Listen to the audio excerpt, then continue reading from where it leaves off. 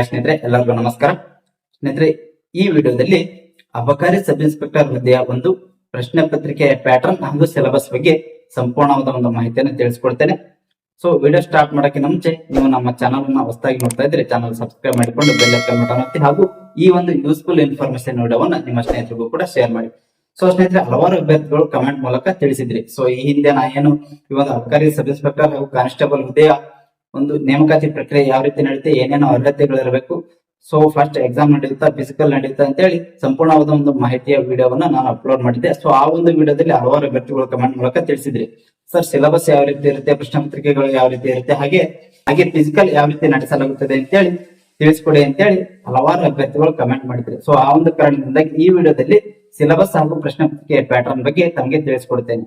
So ಮೊದಲನೇದಾಗಿ ತಮಗೆ ತಿಳಿಸೋದೇನಪ್ಪ ಅಂದ್ರೆ, ಈ ಒಂದು ಪೊಲೀಸ್ ಇಲಾಖೆಯಲ್ಲಿ ನಡೆಸುವಂತಹ PSI ಕಾನ್ಸ್ಟೇಬಲ್ ಹಾಗೂ ಈ ಒಂದು ಅಬಕಾರಿ ಇಲಾಖೆಯಲ್ಲಿ ನಡೆಸುವಂತಹ ಸಬ್ ಇನ್ಸ್ಪೆಕ್ಟರ್ ಹಾಗೂ ಕಾನ್ಸ್ಟೇಬಲ್ ಹುದ್ದೆಯ ನೇಮಕಾತಿಗೂ ಸಂಪೂರ್ಣವಾಗಿ ಚೇಂಜಸ್ ಇರ್ತದೆ. ಹಲವಾರು ಅಭ್ಯರ್ಥಿಗಳು ತಿಳಿದುಕೊಂಡಿದ್ರ ಎರಡು ಖಾಕಿ ಡಿಪಾರ್ಟ್ಮೆಂಟ್ ಆಗಿರುವುದರಿಂದ ಹಾಗೂ ಎರಡು ಸಬ್ ಇನ್ಸ್ಪೆಕ್ಟರ್ ಹಾಗೂ ಎರಡು ಕೂಡ ಕಾನ್ಸ್ಟೇಬಲ್ ಹುದ್ದೆಗಳಾಗಿರುವುದರಿಂದ ನೇಮಕಾತಿ ಸೇಮ್ ಇರುತ್ತೆ ಅಂತೇಳಿ ಹಲವಾರು ಅಭ್ಯರ್ಥಿಗಳು ತಿಳಿದುಕೊಂಡಿದ್ರ.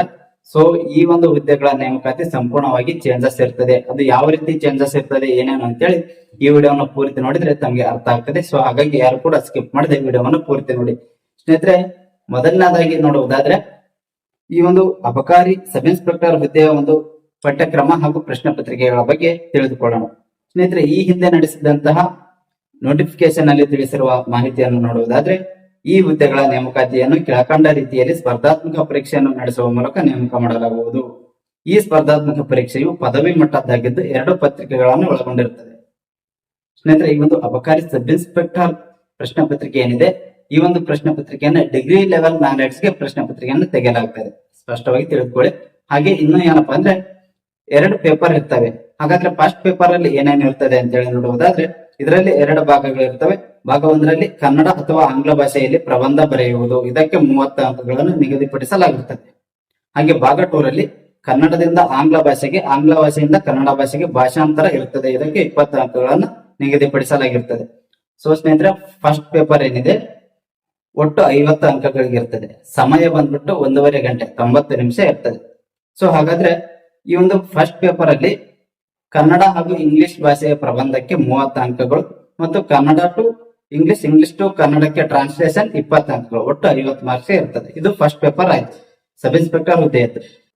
ಓಕೆ, ಈ ಒಂದು ಪೇಪರ್ 2 ಬಗ್ಗೆ ನೋಡೋದಾದ್ರೆ ಸ್ನೇಹಿತರೆ, ಸಾಮಾನ್ಯ ಅಧ್ಯಯನ. ಇದರಲ್ಲಿ GK ಇರ್ತದೆ, ಸಾಮಾನ್ಯ ಜ್ಞಾನ, ವಿಜ್ಞಾನ, ಭೂಗೋಳ, ಇತಿಹಾಸ, ಸಂವಿಧಾನ, ರಾಷ್ಟ್ರೀಯ ಸ್ವಾತಂತ್ರ್ಯ ಚಳವಳಿ, ಮೆಂಟಲ್ ಎಬಿಲಿಟಿ. ಸೊ ಇಷ್ಟು ಒಂದು ಸಿಲೆಬಸ್ ಇರ್ತದೆ. ಇದಕ್ಕೆ 150 ಅಂಕಗಳಿಗೆ ಈ ಒಂದು ಪ್ರಶ್ನೆ ಪತ್ರಿಕೆ ಇರ್ತದೆ. ಸೊ ಸಮಯ ಬಂದ್ಬಿಟ್ಟು 1.5 ಗಂಟೆ ಇರ್ತದೆ, 90 ನಿಮಿಷ ಇರ್ತದೆ. ಸೊ ಸ್ನೇಹಿತರೆ, ಇದು ವಸ್ತುನಿಷ್ಠ ಬಹು ಆಯ್ಕೆಯ ಒಂದು ಪ್ರಶ್ನೆ ಪತ್ರಿಕೆ ಆಗಿರ್ತದೆ. ಸೊ ಮಲ್ಟಿಪಲ್ ಚಾಯ್ಸ್ ಪ್ರಶ್ನೆ ಪತ್ರಿಕೆ ಇರ್ತದೆ.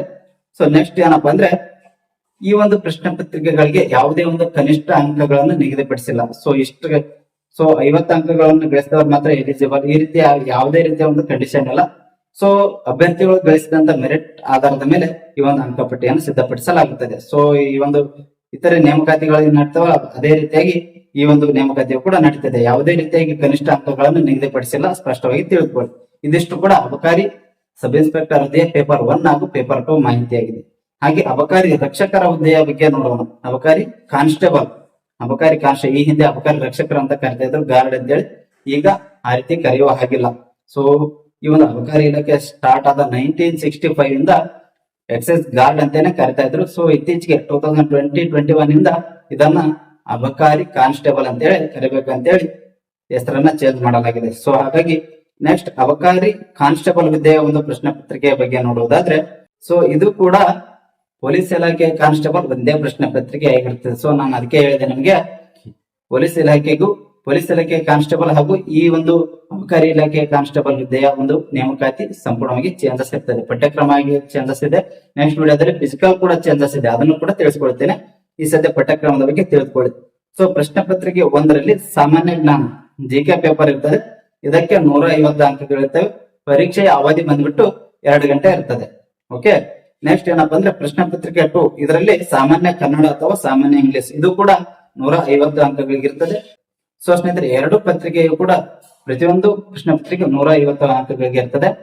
ಸೊ ಇದರ ಒಂದು ಉತ್ತರಿಸಬೇಕಾದ ಅವಧಿ 2 ಗಂಟೆಗಳು ಇರ್ತವೆ. ಸೊ 2 ಪತ್ರಿಕೆಯು ಕೂಡ ಮಲ್ಟಿಪಲ್ ಚಾಯ್ಸ್ ಪ್ರಶ್ನೆ ಪತ್ರಿಕೆ ಆಗಿರ್ತದೆ. ಇದಿಷ್ಟು ಕೂಡ ಅಬಕಾರಿ ಕಾನ್ಸ್ಟೇಬಲ್ ಹುದ್ದೆಯ ಸಂಬಂಧಪಟ್ಟಂತೆ ಇರುವಂತಹ ಒಂದು ಪಠ್ಯಕ್ರಮ. ಓಕೆ, ನೆಕ್ಸ್ಟ್ ಈ ಒಂದು ನೋಟಿಫಿಕೇಶನ್ ಅಲ್ಲಿ ಕೊಟ್ಟಿದ್ದಾರೆ.